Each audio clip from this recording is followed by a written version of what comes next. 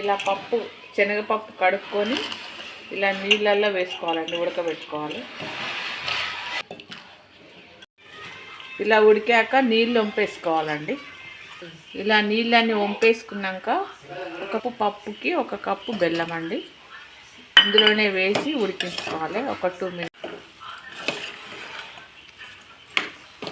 సిమ్లో పెట్టుకోవాలండి. బెల్లం కరిగాక స్టవ్ ఆఫ్ చేసుకోవాలండి. ఇది చల్లారాక మిక్సీ పట్టుకోవాలి. మిక్సీ పట్టుకునేటప్పుడు ఈ సోంపు కొద్దిగా ఒక 3 ఇలాచీలు కూడా అందులో మిక్సీలో వేసుకొని పట్టాలండి. దోశపిండి ఉంటుందండి, దోశపిండిలో కొద్దిగా చక్కెర వేసుకోవాలి, కొద్దిగా సోడా, ఇలా చక్కెర కరిగేంత వరకు కలుపుకోవాలండి. కలుపుకొని కొద్దిగా వాటర్ పోసుకోవాలి. మిక్సీ పట్టుకున్నాక పిండి ఇలాగా ఉంటుందండి. మొత్తం ఇలా కలుపుకోవాలి. ఒకసారి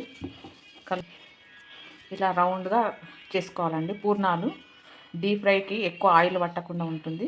ఈ విధంగా గుంట పొంగనాలలో వెరైటీ చేసుకుంటే బాగుంటుంది. పెట్టుకోవాలండి, దాంట్లో ఆయిల్ పోసుకోవాలి. గుంట పొంగనాల ప్యాన్లో వేసుకుంటే ఇలా మంచిగా కాలుతాయండి, ఎక్కువ ఆయిల్ పట్టదు. డీప్ ఫ్రై అయితేనేమో ఎక్కువగా ఆయిల్ పడుతుంది.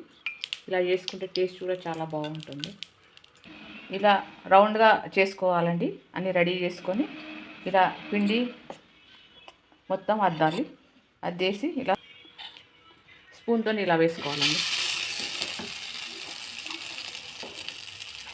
అన్నీ ఇలాగే వేసుకోవాలి. ఇలా కాలాక ఇలా తిప్పుకోవాలండి. ఎక్కువ ఆయిల్ పట్టదండి, తొందరగా అవుతుంది. టేస్ట్ చాలా బాగుంటుంది. కాలాక 2 సైడ్స్ కాలాక తీసుకోవాలండి. పూర్ణాలు రెడీ అండి. ఈ విధంగా మీరు కూడా చేసుకొని ఈ వీడియో చూసి అందరు సబ్స్క్రైబ్ చేసుకోండి. లోపల ఈ విధంగా ఉంటుందండి, చాలా టేస్ట్గా ఉంటుంది. Please subscribe. ఈ వీడియో చూసిన వాళ్ళందరికీ థ్యాంక్ యూ.